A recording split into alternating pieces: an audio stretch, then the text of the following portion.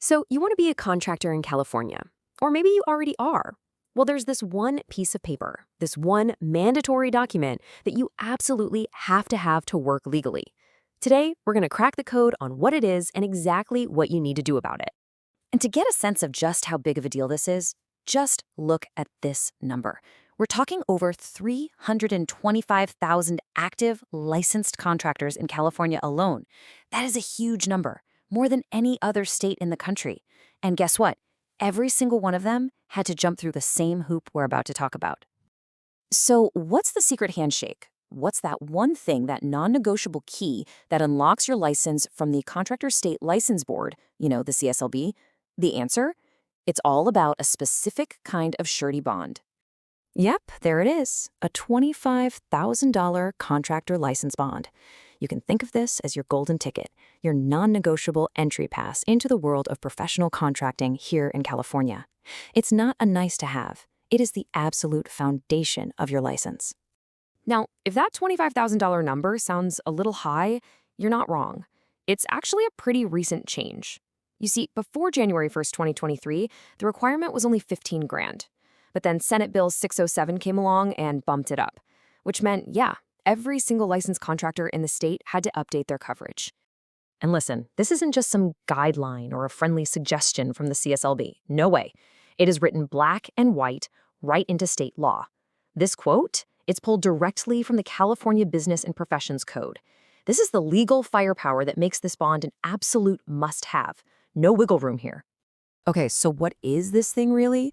It's super important to understand this. It's not insurance for you, the contractor. Not at all. Think of it as a safety net for the public. It's there to protect your customers, your employees, and even your suppliers. If you happen to break the licensing laws and someone loses money because of it, this $25,000 bond is there to help make them whole. All right, so that's the basic rundown for most contractors. But things can get a little more complicated.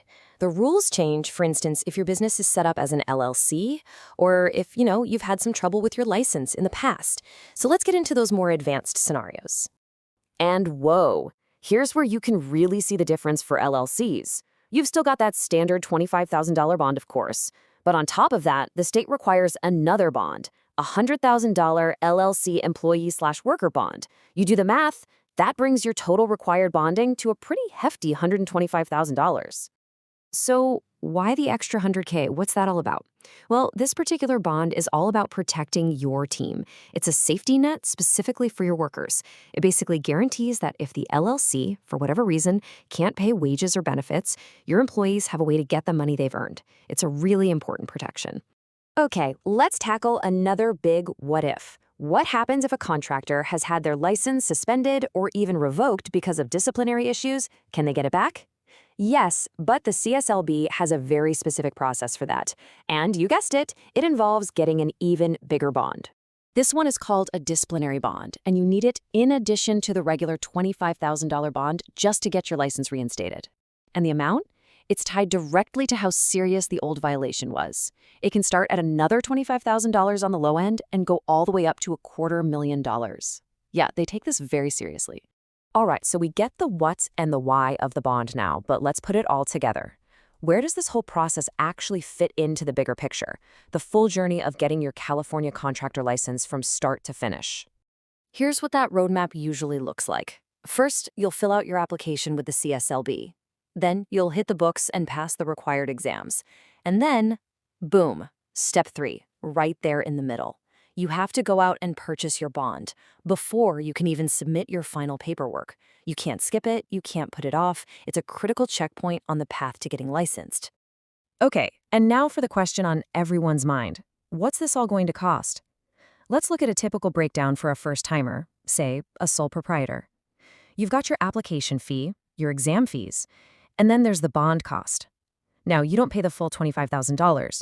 You pay an annual premium, which usually runs somewhere between $250 and $1,500, depending on your credit. So when you add it all up, your total first-time investment is probably going to land somewhere in the ballpark of $1,400 to about $2,700. So you've put in the work. You've passed your tests. You understand all the requirements. You're almost there. Now it's time for that final, actionable step that gets you over the finish line and fully compliant. And I want to be crystal clear about this. Getting your bond isn't just a suggestion. It's not optional. You literally can't get a license without it. And if you have a license and you let your bond lapse, the CSLB will suspend you, just like that. Your entire ability to work legally in California hinges on this one thing.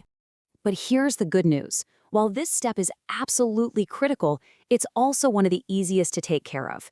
You can actually get a quote for your California contractor bond online in just a couple of minutes. It really is the final piece of the puzzle, the thing that turns all your hard work and expertise into a legitimate licensed contracting business here in the Golden State.